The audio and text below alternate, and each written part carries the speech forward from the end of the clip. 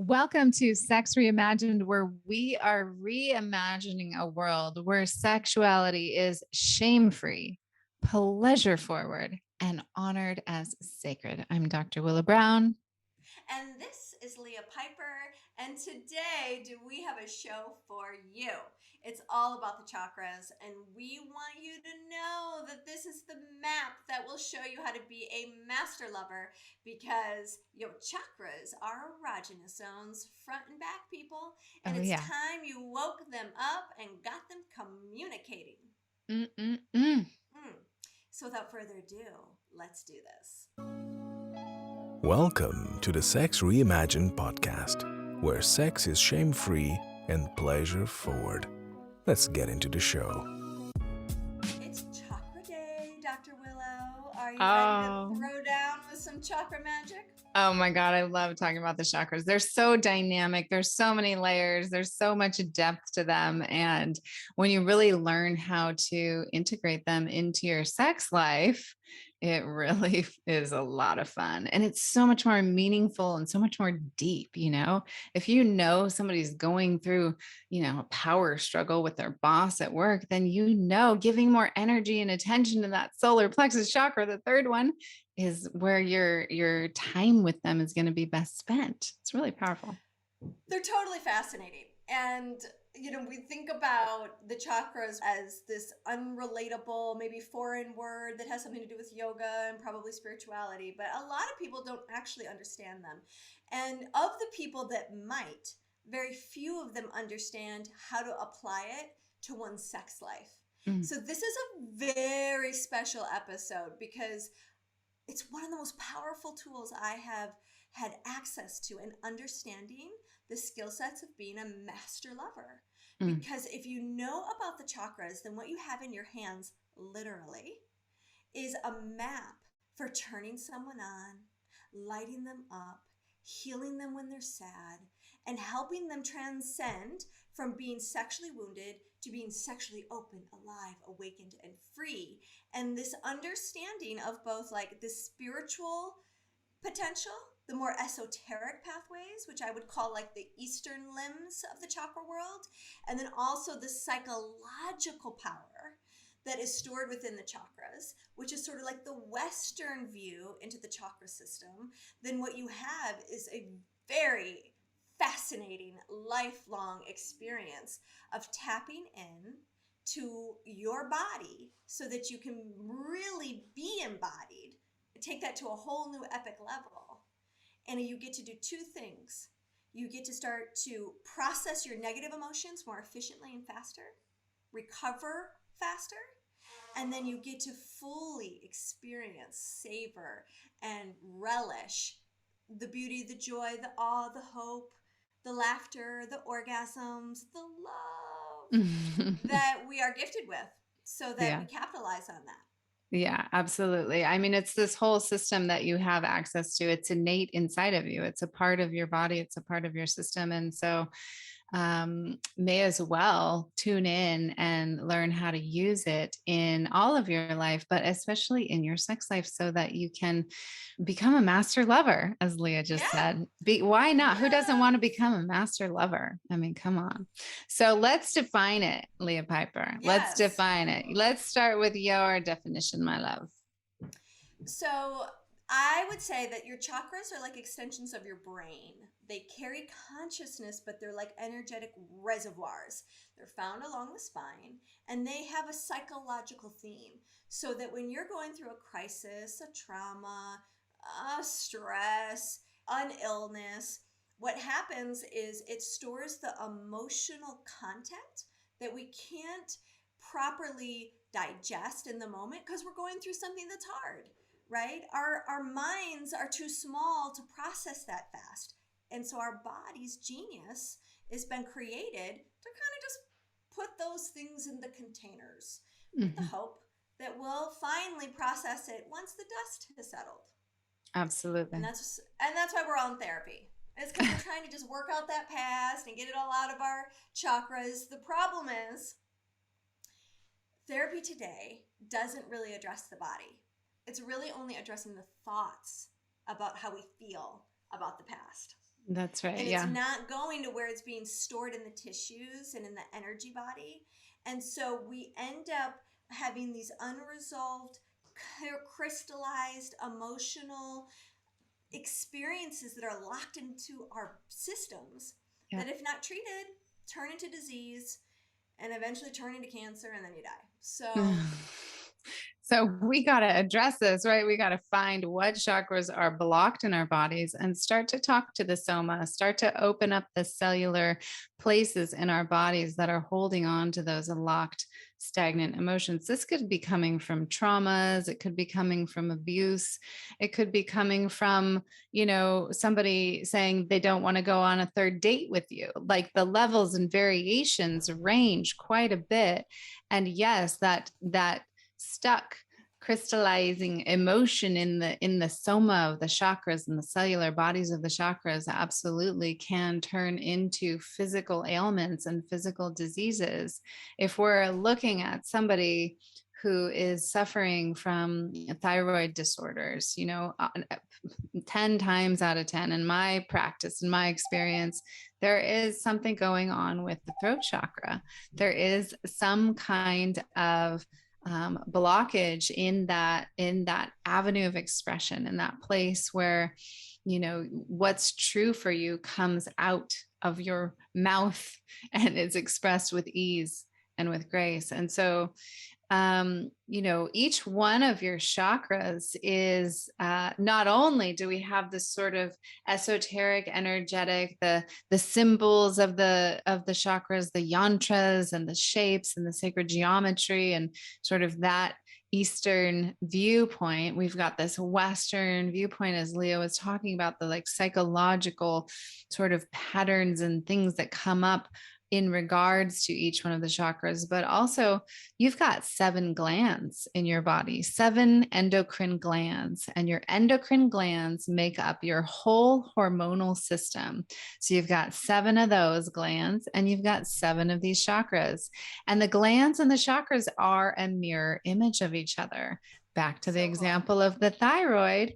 What chakra would that be? Of course, it would be the throat chakra. So, it's really powerful to use them from both sides of the same coin. Let's open up let's reimagine what's possible when it comes to understanding the chakras at a whole new level. No matter how well you think you understand them, there's always more to learn. One aspect of the chakra system that I want our audience to begin to explore is that the chakras are erogenous zones front and back.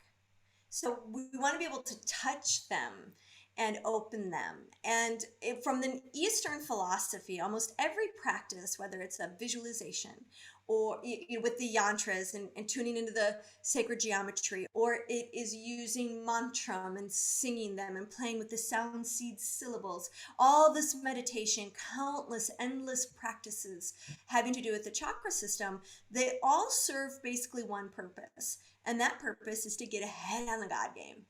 Lovely pursuit. We should all pursue such a thing. But what I have found to be very fascinating from the Western perspective is, like you said, the psychological themes. So I can understand when I am going through something that's stressful or painful or causing me unrest. I know where to put my hands and bring love and learn how to self-soothe. So when you understand those psychological themes, you can bring empathy to your loved ones. You can bring empathy and self-soothing to yourself, and you begin to be accountable and responsible for learning how to heal yourself.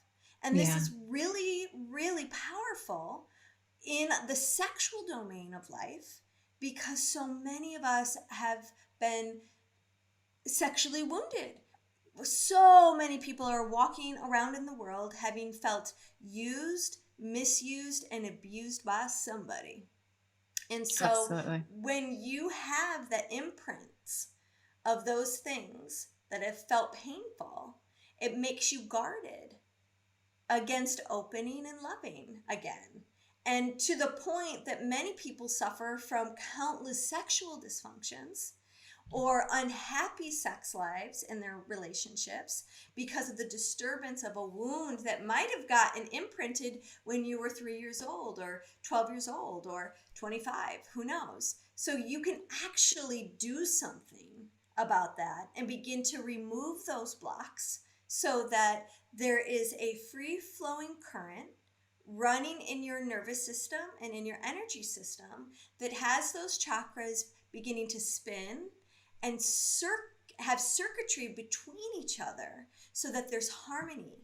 And in that harmony, you get to process your negative feelings faster, and you get to expand your pleasure feelings further. I want to just preface this next section by saying each chakra has like a basement. And you know, when things come in the house and you use them for a little while and then you just put it down in the basement, or you just start to collect your stuff and your stuff is just the stuff you just put in the basement. So all these things that happen, it's like, I can't deal with that, I'm going to put it in the basement. That's oftentimes one of the ways that people utilize their chakras is they keep putting shit in the damn basement and never having a garage sale. And then we just end up being so full of that contractive, unused, messy, dusty stuff. And it's what kind of clean the basements every once in a while.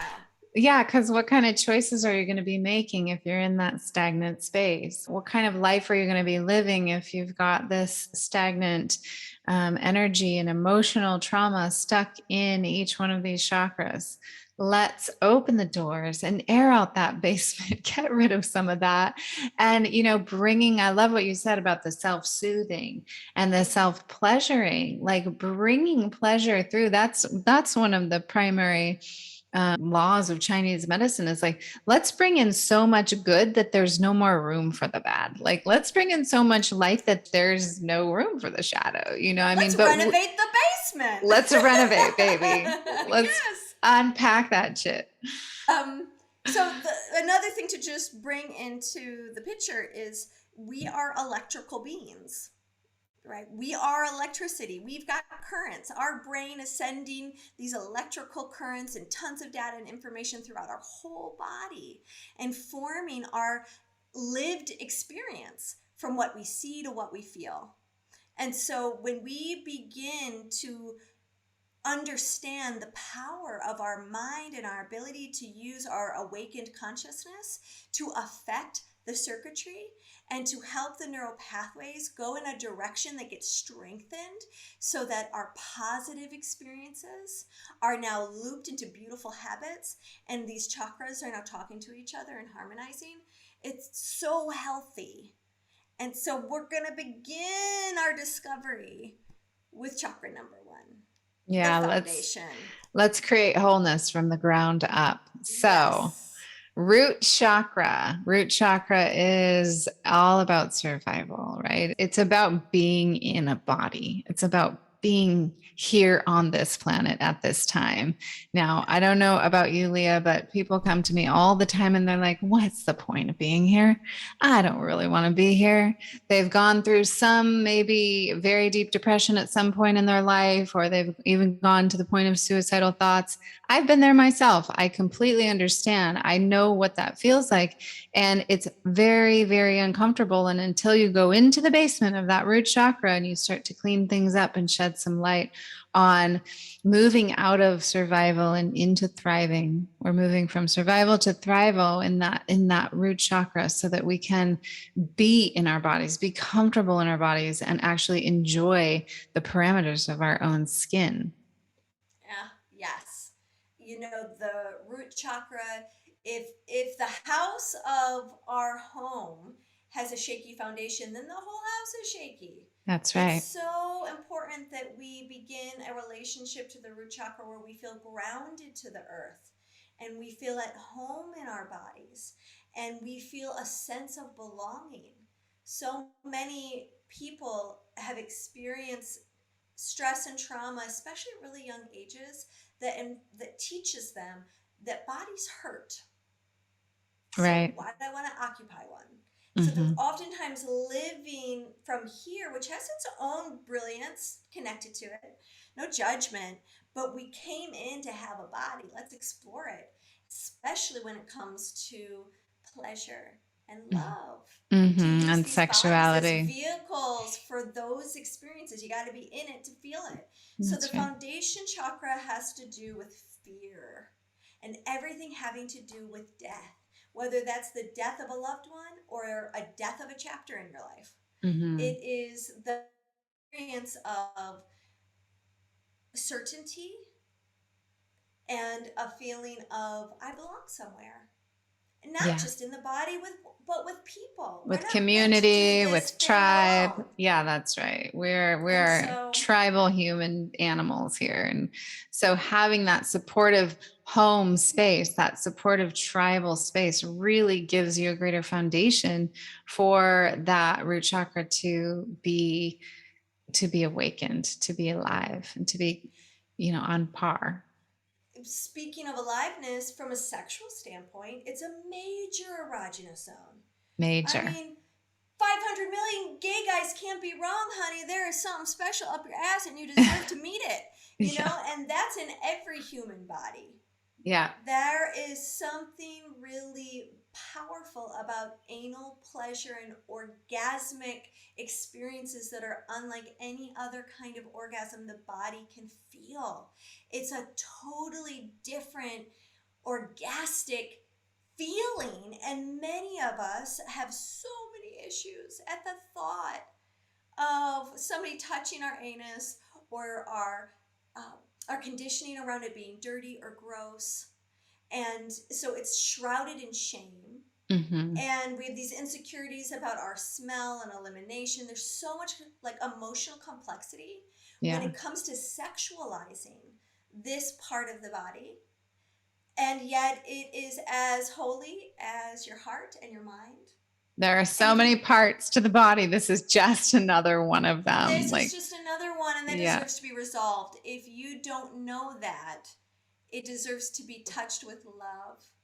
And you deserve to explore the deep surrender required to let go and to let God give you some anal orgasms. So we'll leave that for another episode, the full understanding of what the pleasure sexual realm potential is for our bodies here in this part. But I want to just future pace our audience to say, I hope you've discovered it. And if you haven't yet, I hope you'll do everything possible to begin that journey. Yeah. Start with yourself. Take some time for just a little exploration of that root chakra on your own. So, it is anal and also the perineum. Each chakra is like a portal or a doorway, right? So there's space on either side and there's space around it. When you go direct into anal stimulation and anal pleasure, it is opening up also that perineal area as well, which connects you to earth. And it is so interesting. It's so taboo to have anal sex or to have anal stimulation during sex. Considered a kink. Right. It's considered that. And that's the foundation. And that's what we're talking about is missing in so many sexual repertoires. So just use curiosity with this one, stay with yourself, stay with the thread of where you're at in your exploration with this root chakra. Yeah. And this is a great opportunity for you to bravely discover your own understanding of what the big deal is. Read books, educate yourself. Don't go to porn. Porn is not going to teach you how to give or receive great anal sex, in my opinion. Not to say you can't enjoy it for entertainment purposes, but it should not be the thing teaching you how to have anal sex, because most women will end up getting some sort of horrible vaginal infection with you going from her ass to her vag. So never do that. That's don't do that's that. a public service announcement. Do not do that. When we look at this chakra, it relates to the gland that is, like, in Chinese medicine, it's the spark, it's the initiation of life, it's the first flame, it's the flame that goes out when we pass, when we die.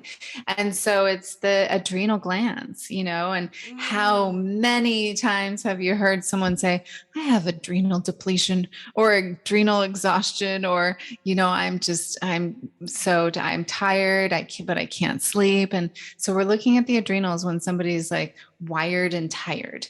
And part of that is that it's this leaking of cortisol, like, oh my God, I'm 5 minutes late to my massage appointment, or, oh my God, I'm 5 minutes late to my podcasting appointment. It's like, that is a waste of chi. It's okay if you're 5 minutes late. So the world's not going to end. So, we get into this habit. It's almost addictive in a way. And there's, things that play into it, like caffeine and alcohol and being stimulates, and so we want to just really pay attention to how we take care of our adrenal glands, as well as how we take care of our being at home in our bodies and comfortable with every little nook and cranny of our bodies. Yeah. Yes. And my last thing I just want to say before moving on to the second chakra is that uptight has a home. And it's your ass. So if anyone ever calls you a tight ass, you got to look a little closer at, how you're reacting. When we grip, so many of us have like these tight asses, and it's because we're gripping for control. Yeah. We're so afraid of letting go that everything is going to fall apart, that we walk around literally gripping, trying to keep it all together. The truth is, we don't have control over any of this. Yeah. If we can start to loosen our grip on that, we can start to just enjoy and be basking and steeping in more pleasure in life. So, we've got these incredible bodies that are made to experience pleasure. So let's use them as such. Let's play with them as such. Leading us to the second chakra, which is the genital area. Now, I know there are different traditions that place the second chakra in other places, a little bit higher, but in my tradition, I experience the second chakra as being the space between the front of your genitals and your sacrum. Now, your chakras have a front and a back. They are three-dimensional. They're not just this thing that's in front or a disc. It's a multidimensional reservoir of consciousness. And so everything having to do with the opposite sex and sex gets stored here in the second chakra. But that's not all.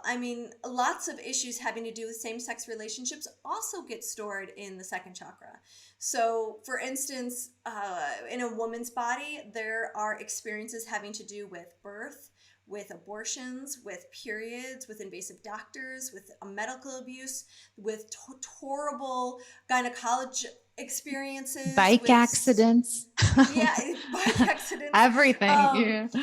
Not to mention in a man's body getting kicked in the balls, being emasculated. So many men are raised in our culture to be the one that instigates, that does all of the invitation, courting, returning, yes, courting, that whole lovely thing. And so as a result, so many men feel either adequate or inadequate as a lover. There is still a hard wiring that says I am adequate and okay as a lover if I can turn my partner on and give them orgasms. And to be able to separate the two and say, you're responsible for your understanding of how pleasure wants to open inside of you, and to be accountable to that. And I am also. And now let's play and teach each other. But no one is responsible for my orgasms. That's right. Then you're coming from an authentic place and you're showing up fully in yourself. The other obvious things that get stored in the second chakra are bad sexual experiences. There's a lot of sexual trauma out there. 1 out of 3 women statistically, 1 out of 4 men statistically have had some kind of real harm to their bodies. And so violation. What that means is if you haven't had any kind of sexual trauma, wonderful, but you're going to date somebody who has. Right. And so that's going to impact and affect all sorts of dynamics within partnership. So educating yourself about how and why people either overexpress their sexual energy or they underexpress their sexual energy, how they collapse, how they open, is important to keep your awareness and to learn about. Yeah, you want to have a basket of tools around this, regardless of if you've been through your own sexual trauma or rape experience. Because it's so rampant, and it really is part of what makes sexuality so taboo. And so, like, let's not look at it. Let's not talk about it, because those experiences are painful as fuck. They are very uncomfortable to look at and to go into. There's so much shame. Shame is one of the most painful, one of the most painful human experiences that we could go through. That emotion, that self-blame and that shame is nobody wants to unpack that. Nobody wants to open that box and bring it out from the basement. But when you do, you will find that there is a whole nother part of you underneath that is just excited to come out and play, that wants to be seen, that wants to be expressed, and that wants to experience, evolve, expand more, not just in sexuality, but also in what you can create in the world. Sexuality is the most potent creative energy that we have access to. It creates new life. It creates a whole new human being. So what can we do with that creative energy? When we look at the glandular system for the second chakra, we're looking at the gonads and the ovaries. Those are creative, light sensitive centers in your body, beautiful endocrine glands that promote this creativity in your life. So it can be really challenging to unpack this basement, but when you do, you get to step into your creative potential in a whole new way. And this is how you make your dreams come true. This is how you make the visions that you have for yourself in your life, and all that you know you're capable of and all you know you can be, is by creating it. It's not just sitting around dreaming it up and manifesting without taking action. Like, we've got to co-create with the universe. And sometimes that means co-creating with another human being, like Leah and I are doing right now, and so it can be so fun. It can be so pleasurable and so joyful to co-create. When you start to think about life that way, as a co-creation, that can be healing in and of itself to the second chakra. The third chakra, the power chakra, this is in the area of the navel. So when I think about the third chakra, what immediately comes to mind is those experiences where one feels confident and determined and has a strong sense of core, which means they are self-referencing versus other referencing. They're connected to their wants and desires and needs. And it's also where we feel disempowered. So really the word power is the big word for the third chakra. It's the right use of power, the wrong use of power, the abuse of power. So when I look at someone who has a really vibrant third chakra, what I notice about them is like the way that they hold their body, that their shoulders are back and their head is held high, but they're soft too and relaxed. And really it's the image of confidence. Yeah. Whether they're speaking or in silence, you want to sit next to that chick. Yeah. It's like, it's very magnetic. It's so attractive. It's so attractive. And not only that, it's good for your posture. Have you ever spent it? Have you ever spent a day just letting your solar plexus lead you forward? I got so excited. My shirt came undone. It had to come open.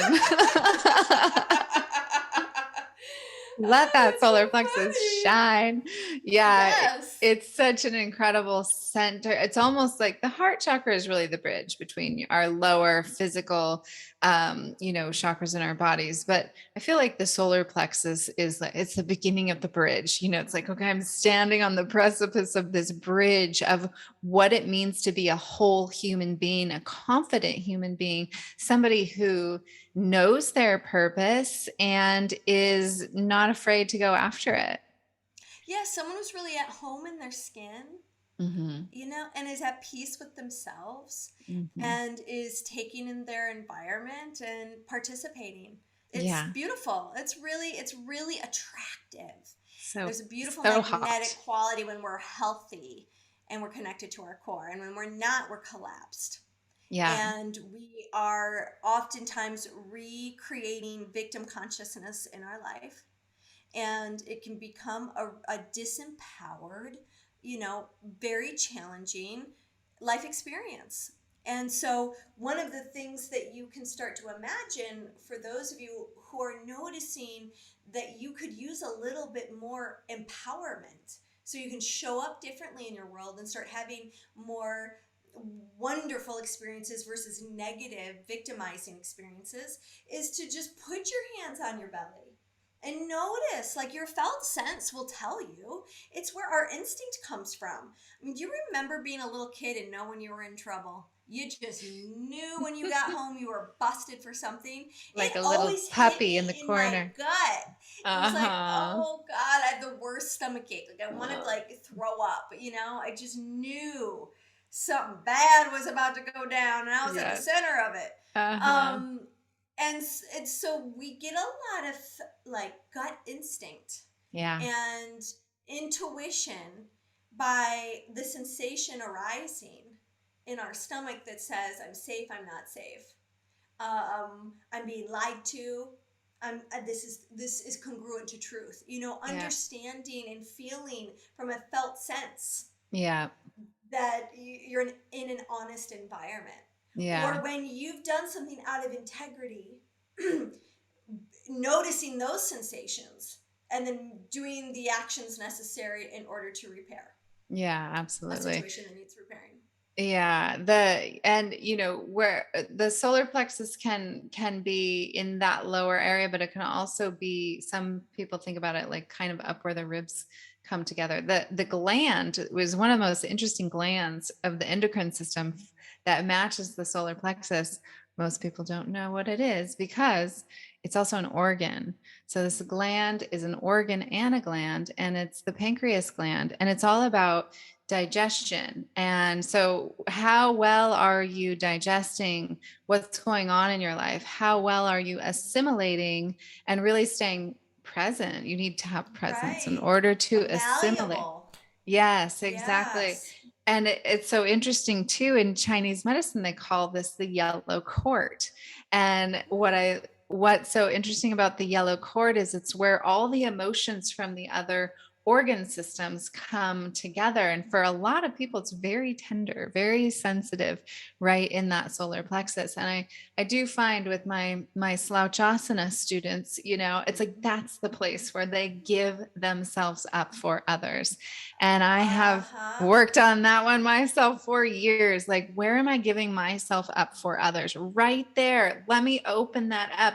And the simple act of opening up the solar plexus, including massaging it and opening it up manually, and then opening it up on your posture, opening it up psychologically and energetically, it's just, you have so much more capacity to digest what's going on in your life, to really assimilate what's happening, because that's what the pancreas does. It sends out those digestive enzymes and those digestive hormones so that we can actually not get stuck in the basement, that we can actually be again in our wholeness, in our confidence, standing upright and strong for why are we here? What's our purpose? Standing in the conviction of our truth.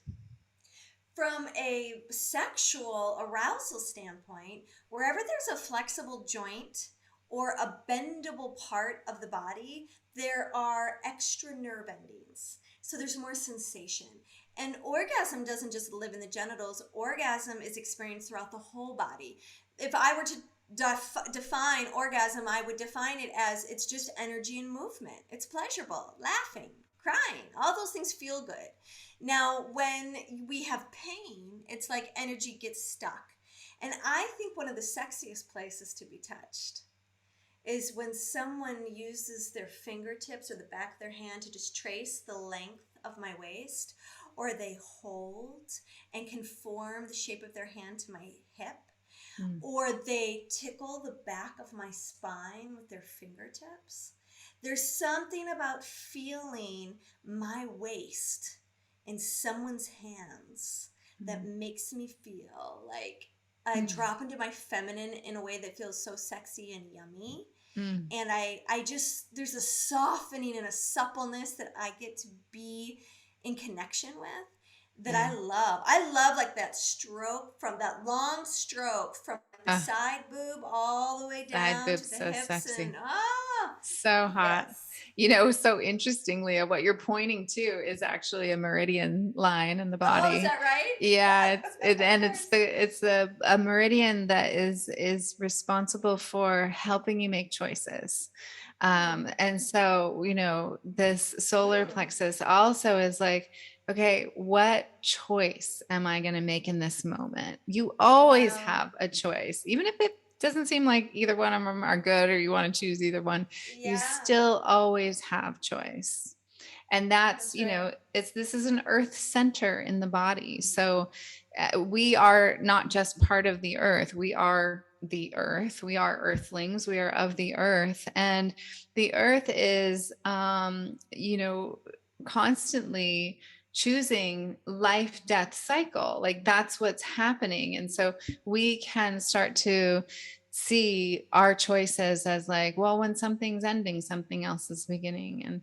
And standing more in the connection that we have to ourselves as earthlings, and that you know, these bodies that we're in are full of magic, full of pleasure potential that we have the choice to wake up to in any given moment. I was actually on the beach earlier this morning and I had a moment like that on the beach. I was like, oh, I'm laying here in the sun and the sand and the water and I'm stressing out about something, you know, my mind is like, oh, how am I going to figure that out? How am I going to do that? How am I going to da, da, da, da, da. And that's also this gallbladder meridian that I'm speaking about, is that like, let me figure it out. Let me find the right choice, you know, but then there's this other side of like, let me just be present and drop into the vision of what I'm in right now. Like, this is a dream moment that I'm in. I need to receive that dream moment. Right here. And the way that you do that is by opening up your senses. Like, what can I hear? What can I taste? What can I smell? What can I see? So when we are in our parasympathetic state, our rest and digest state, the solar plexus has space to be in that magnetic, attractive confidence. It's so interesting. Like I'm already feeling my body shift, you know, like there's a letting go, a settling in, everything's starting to relax. There's less of a grip. And doesn't it feel good? I hope everyone else is feeling the same thing. And as we sort of start to work our way to the next chakra, which is the heart, it reminds me, one of the things that was arising when you were sharing was that when things are going on in our life, we have to remind ourselves that it's happening for us, not to us, when we think we don't have choice. And there are times when we don't have maybe a lot of good choices that we can see yet. And so that reminder that it's all happening for you, you just haven't arrived yet to that full reality, but you can put your trust in it starting now. And it's one of those things that we can really bring to our heart when our heart is hurting and we're not having our heart's desire met, and we are experiencing a longing, or we've been really mistreated by someone we thought was a friend or a family member. You know, we talk oftentimes in culture about this heart being this like, yay, this wonderful like party, love, friendship, we're all in it together. You know, this place for connection. But the heart is also a storehouse for pain. It stores all the hurts And so Mm-hmm. I always describe the heart chakra as like this amazing castle. It's Mm. so beautiful. It's glorious. It's like the most beautiful castle you've ever met is inside your heart. And it has a room for every experience and every place you've been to and every relationship you've encountered, whether there was just a moment or a lifetime. Mm. And the biggest rooms in the castle are usually occupied by family, Mm-hmm. or current or past lovers. All of them. All of Mm-hmm. them. They're all in there. And it's a chance for us to go on a meditative journey and visit some of those rooms. Yeah. I can't tell you how many times I've tried to kick out somebody from my heart. You know, and I have been treated like shit in the past by a handful of people. Really, just treated horribly. And I still can't get them out. And I finally learned that it wasn't about trying to kick somebody out of my heart. It was about reconciling my heart's experience and loving myself as I remembered and healed the aspects of those experiences so that I could be done with them, never needing to repeat a pattern. We can complain, oh, I always attract the same kind of guy, man, or I always attract the same kind of woman. Well, you're the only constant. Yeah, you're If the common attracting the same- denominator. right? So it's like you go in and you start to sit with those Yeah. rooms. And like the basement, you open up the windows, you clean That's everything right. off, Yeah. and You look get for to know. Yeah, you look for your teacher in those rooms. That's what did I right. learn? What did I learn? What did I learn? Yeah, exactly. I love castles, by the way. So Yeah. going into your heart's castle is such a beautiful metaphor. And yeah, it's about anytime we start to create resistance or like, God, I really want to just get that person out of my castle. Like, what are they still doing here 20 years later? Why are they still plaguing and darkening this corner of my castle? Go in there with a candle, go in there with a light, make your way into the deepest, darkest places and have a conversation with that person and who you were when you were with Yeah. that person, because it's really Right. all about you when it comes right down to it. Saying all the things you didn't get the chance to say. Yeah. Finishing, resolving. Yeah. Yeah. You know, I think it's especially powerful to do this with your caregivers that are in your heart.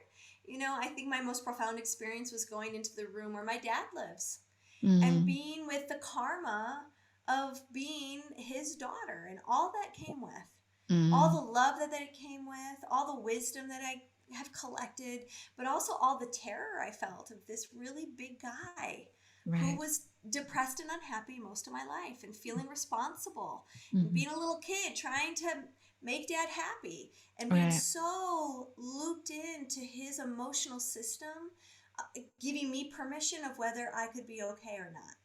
And so to start to parse that out and be the caretaker of that 6-year-old who's scared of her dad. Be the caretaker of that 16-year-old who is defiant and was fighting for their freedom. You know, it's so powerful. And the result of that I would like to share with others is that I'm with my dad now, more in love with him than I've ever been. Because I learned through that process is that he's not just my dad.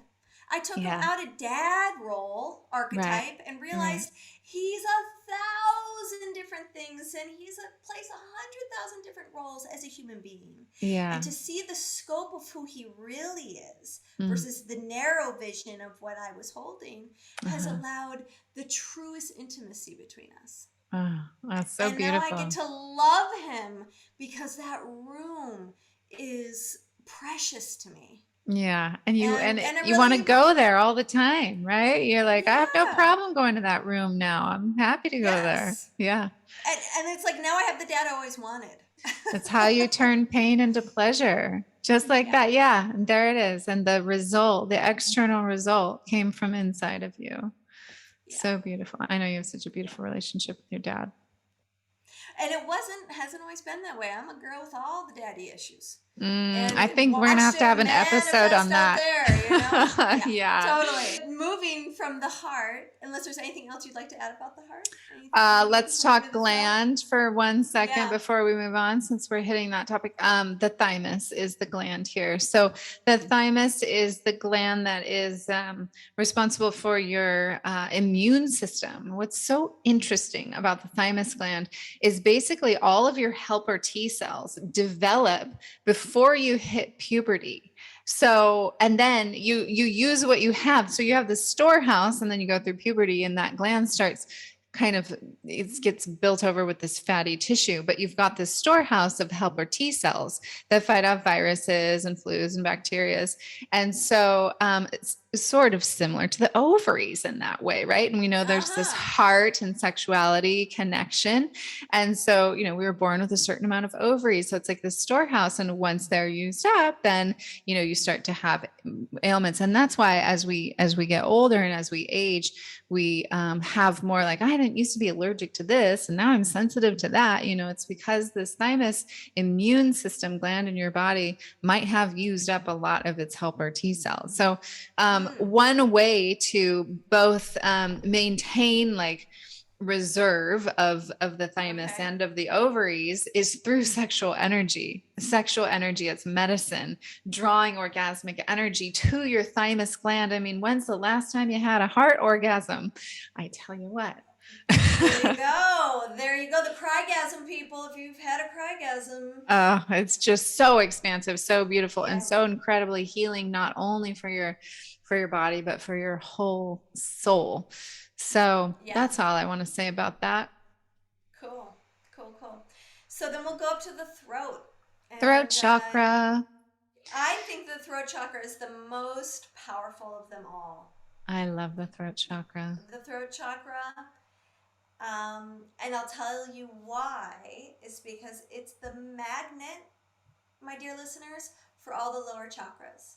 So if you got any of the stuff I've been talking about, that Willow's been talking about, that have turned into blocks for you to being as open and available to receiving love as possible, then you can actually move those blocks out of the chakras. You can start to break down the crystallization that would turn into disease if gone untreated, and you can move that stuck energy out of your body by connecting to this feeling of sensation and giving it a sound. Any vowel will do, hard or soft.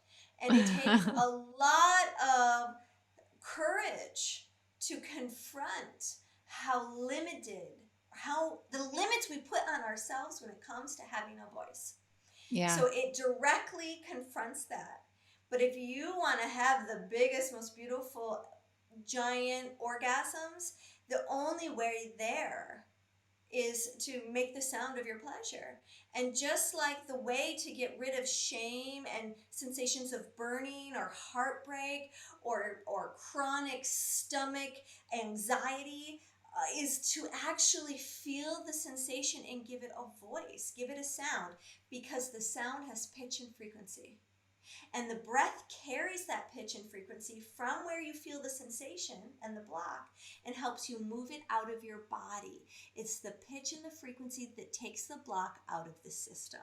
And that's a new connection that the neural pathways can start to establish so that that process becomes easier and easier every time you do it.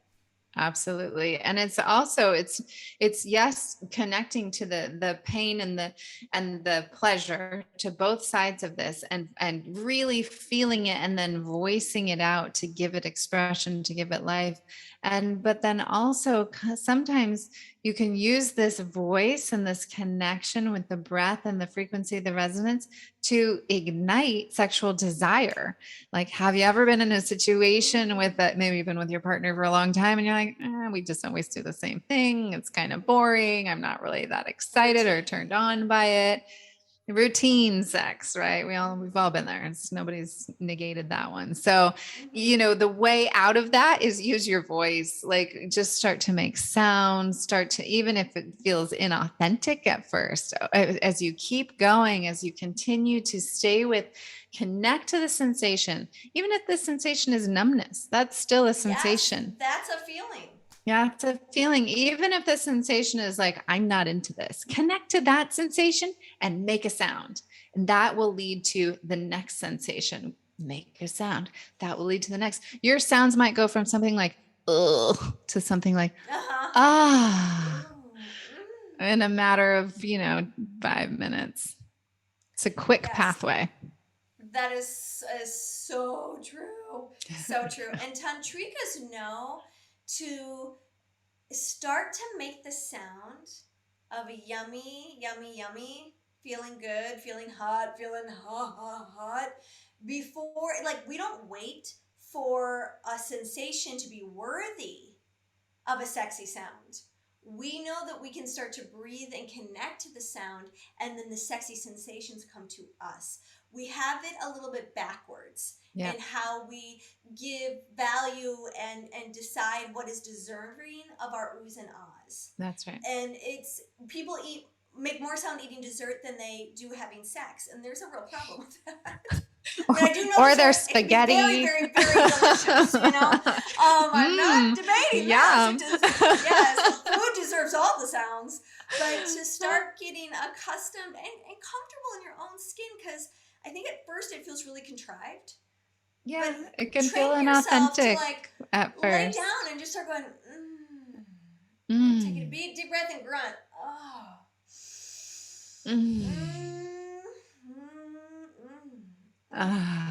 One of the things that helps me with this sounding and breathing is holding the breath at the top. So really holding the breath in, holding the breath as long as you can, connecting to that sensation, whether it's a painful one or a pleasurable one. And then when you can't hold your breath anymore, you make that sound. It's like a relief. It's a beautiful clearing of all those other chakras.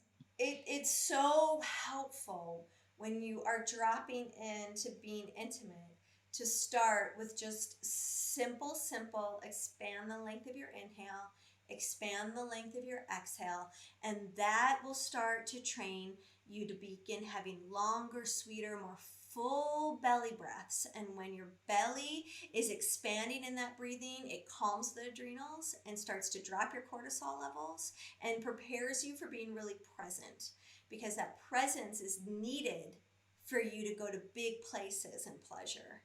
So the breath, and we will explore this so much more and so much deeper. It's so powerful when it comes to awesome, better sex than most people will ever have type of sex. We'll have whole episodes on breathing for better sex, breath work for better sex. It's such a world of information out there. So can't wait to have some incredible experts come through on that. When we look at the gland, it's the thyroid, and we know that this one is super responsible for all of our metabolic functions. So our sleeping and wake cycles, our circadian rhythms, the rhythm of a woman's menstrual cycle, who's still in her fertility years, also digestion. So there's a lot of systems in the body that when they are functioning well, you feel happy and whole, and you can carry on through your life. And you don't feel like you're wasting your chi trying to figure out, God, what did I eat wrong? And why isn't my digestion working? Or, man, I can't sleep at night. I can't wake up in the morning. I'm so groggy and heavy and tired. This thyroid gland, I really think that because it's so much about expression and communication and sharing what's inside of you to the outer world, the more that you can do that, the better all of these other metabolic, physical functions in your body are going to function. So that's all I'll say about that. Well, hallelujah. May our throats be open and clear and courageous in its truth telling. Courageous. So that our beautiful thyroid can function properly. Yeah, it's a big one. Moving right on up. We have the third eye. Very, very sexy as far as I'm concerned. That space between your third eye and here in the back of the brain, reticular formation of the brain. What do they call that in Taoism? Something cushion. Cushion. Oh, the jade pillow. The jade pillow. Yeah. Such beautiful language. Language. There's something in Tantra that we call pillow talk. And it's just we'll share more of that later. But the way I think of the sixth chakra, it's really the balancing of the left and the right hemispheres of the brain, and allowing ourselves to work with our mind and to talk back to our thoughts so that we are more congruent with what we think, which shapes what we believe, which shapes how we react. Yeah. And so having a practice that allows you to question your negative beliefs, that allows you to talk back to your worry thoughts, that can support you in being generous with your assumptions of others, to be able to work with the mind and its awesome ability in its creative potential to bring things into form, but it can also just derail you like nothing else. So really building the skill sets needed so that you're functioning at the highest level of mental health possible for you.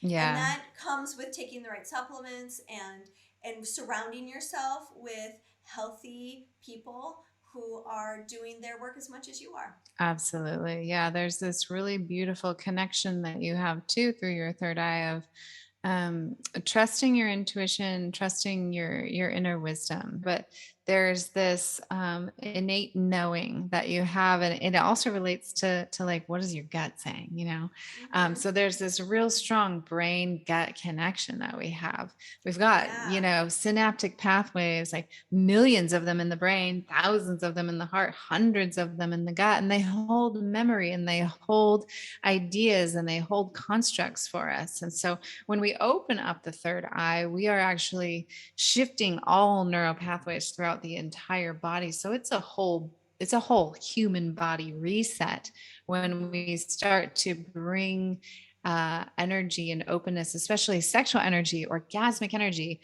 up into the brain, center of the brain. So we're looking at the pituitary and the hypothalamus here, which are the the rulers of your entire hormonal system. You know, the hypothalamus is like the CEO. He's the one who's large in charge. Gave him a he. She is the one who's large and in charge. Whatever. They. And then we've got the pituitary, who's like the manager. Like, okay, adrenals, you need to send out some more estrogen because the ovaries are taking a break because we're going through menopause, you know. So there's this whole conversation that happens between this part of your body and the glands that relate and the rest of your body. I think what's also really powerful about the sixth chakra and its relationship to the brain and the body and sex is that your brain is the biggest sex organ. Oh my God. It's the thing that's telling the rest of your body that something really beautiful is happening. Be right here for it. Don't miss it. Stay here. You know, like be in this moment. And to have that flood you renews you and can help suspend your weary soul if it's tired and gives you a sense of release and relief and can bring connection and love. And those neural pathways are like that get stronger and stronger depending on where you're intending. Yeah. You know, and what you're watching. So here's something to also relate to is that orgasm is happening in the brain. And there is this, they've done studies of scanning people's brains in orgasm, and there's this place that lights up in orgasm that is the same place that lights up in meditation and in prayer. And they call it the God spot. And so the most uttered phrase in sex is, oh God, oh God, oh God. And I love that. It's like it triggers the God spot, you know? And so we go to this like passing in whiteout where we dissolve into this experience of not having a self and being free. Yeah. And there's something so mystical about this. Oh, the mystery. And then the let it place unfold. Where we experience like emotions and mysticism. And love is a mystical experience. And sex and, well, I'll say orgasm is also a mystical and an emotional experience. Yeah. So allowing ourselves to have that balance deepens the sexual experience, which leads us up to the last and final. The seventh chakra. Number 7, let's go to heaven. Higher consciousness. Let's open ourselves up to the voice of spirit, to the voice of truth, to the voice of what's real in this world. Yeah. Yeah, like our best self. Like this is being attuned to our alignment to Yeah. this path that we most want to be walking. Highest of That, high selves. yeah, and then our North Star. Like, I really believe we are North. all guided by a personal North Star. And when we Yeah. start to weave off course, disaster is around the corner. When we get back on course, we feel the flow. Oh, yeah. And doors open. You can feel it. And You it's know it. beautiful. It's a, Yeah. it's just It's a a felt knowing. sense. Yeah, it's Yeah. a felt sense. Notice how we're not using as many words when we start talking about this chakra. We're like, it's just there. Yeah. You get it, right? It's just beautiful. It's a Yeah. felt thing. Yeah. Yeah. It's very, Yeah. very, And so it's bigger than us. yeah. It's bigger than us. And what I love about playing in that realm Mhm. of developing our spiritual cosmic awareness is how we can have better communication. If my higher self is talking to your higher self. Oh my and God, I'm we're going to have a sitting there great convo. worrying, Yeah. Like I could be worried, like, oh my God, we had a disagreement, and I just wish I would have said this, and I can step back and go, wait a minute, let me tune into her higher self, and let me Yeah. get connected to mine, and now what conversation would they have? Yes. And to like put ourselves using the power of our mind and our connection to what is bigger and more in right action Yeah, to help solve our absolutely. problems. It's a pineal gland, so it's connected to dream space and mysticism and the unknown. It's like, can we become friends with the unknown? We are such Yeah. creatures of habit. We want to know where we stand, where we're going, what we're doing. Yes. We want to know. We And want to there's secure this. our safety. We want that security. God damn it. Yeah. But there's this Yeah. other side. There's this other side of that coin, this great mystery. And because the deal is if I know I'm looking at this microphone, that's all this could possibly be, just a microphone. But if I gave the same exact object to my dog, it would be something to like run away and hide in the dirt, so it would be a play toy. So it's like, Yeah. when we drop our knowing and we step into the unknown and we start to apprentice with mystery and let it be our teacher and our guide, so much more becomes possible and capable for us in our lives. Yeah. And when sexual love meets and encounters the spiritual realm, the experience of awe takes on proportions that are indescribable. The trust and the aliveness and the feeling for freedom and being swept away is so ecstatic that if people knew it existed, they would probably not become more religious, but become more spiritual. Yeah, absolutely. More connected to God, to spirit, to Jah, to Yahweh, however you Yeah. like to call you. beauty. Yeah. Open up that experience. So that's your crash course, my friends. Chakras 101. We have a great cheat sheet for you if you want to download and get some more details and distinctions about the chakras and what you can do to heal them and to learn more and to educate yourself. Head on over to the show notes where we've got a link and you can get yourself a cheat sheet for the chakras. Absolutely. And my book, Sex as Medicine, will be coming out soon. And I talk a lot about the chakras in that book. Magic. Yes. Okay, many, many, many wishes for orgasms and experiences of sexual bliss. Love, love, love. Love, love, love. Thanks for tuning in. If the hosts seem to know what they were talking about, that's because they do. Leah Piper is a tantric sex master coach and a positive psychology facilitator. Dr. Willow Brown is both a Chinese and functional medicine doctor and a Taoist sexology teacher. Don't forget, your comments, likes, subscribes, and suggestions matter. Let's realize this new world together.